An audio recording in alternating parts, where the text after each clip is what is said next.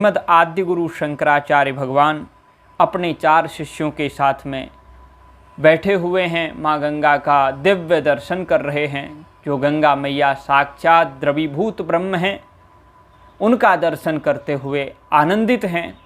आनंदावस्था में शिष्यों ने गुरुदेव को देखा और बड़ी श्रद्धा विनम्रता पूर्वक प्रश्न पूछा, गुरुदेव, शत्रुओं में सबसे बड़ा भारी शत्रु कौन है?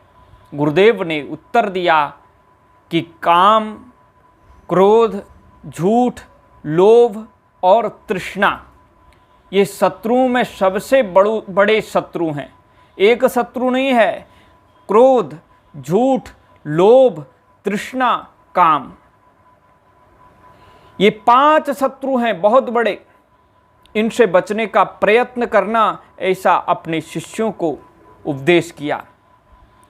दूसरा प्रश्न शिष्यों ने पूछा, गुरुदेव, विषय भोगों से कौन तृप्त नहीं होता? गुरुदेव ने कहा, जो काम है, जो मानव का सबसे बड़ा शत्रु है, जिसे भगवान ने भी भगवत गीता में कहा, काम एष क्रोधेश रजोगुण समुद्भवः महासनो महापापमा विद्धे नामिह वैरिणम। ये काम, क्रोध, लोभ को सबसे बड़ा शत्रु समझो। ये सबसे बड़े बैरी हैं, नाश कर देंगे जीवन का।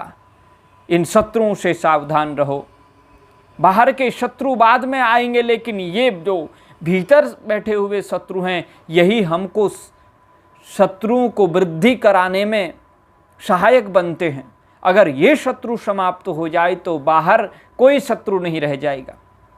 बाहर के शत्रु अपने आप मिटते चले जाएंगे। इसलिए काम, क्रोध, लोभ और तृष्णा सहित काम, झूठ, ये हमारे जीवन से चले जाए तो निश्चित रूप से हम वो विजय हासिल कर सकते हैं जो मानव जीवन का परम लक्ष्य है।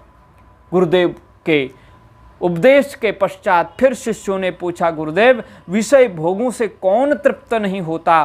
गुरुदेव ने कहा, काम ही ऐसा है जो विषय भोगों को प्राप्त करने के बाद भी अतृप्त ही रहता है, फिर और कुछ भोगने की इच्छा रखता है। इसलिए काम ऐसा शत्रु है जो विषय भोगों से कभी तृप्त नहीं होता। तीसरा प्रश्न पूछा है, दुख की जड़ क्या है? गुरुदेव कहते हैं, ममता बढ़ाना ही दुख की जड़ है। ममता रूपी जो दोष है वही दुख की जड़ है, उसी से मनुष्य दुख पाता है। संत पथिक जी महाराज ने कहा, ममता बढ़ाना महामूर्खता है।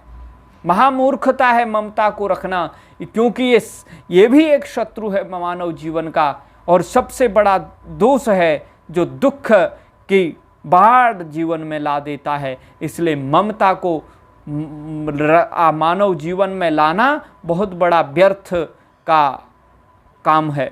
इसलिए ममता को जीवन में मत लाओ। ममता बहुत बड़ा दोष है।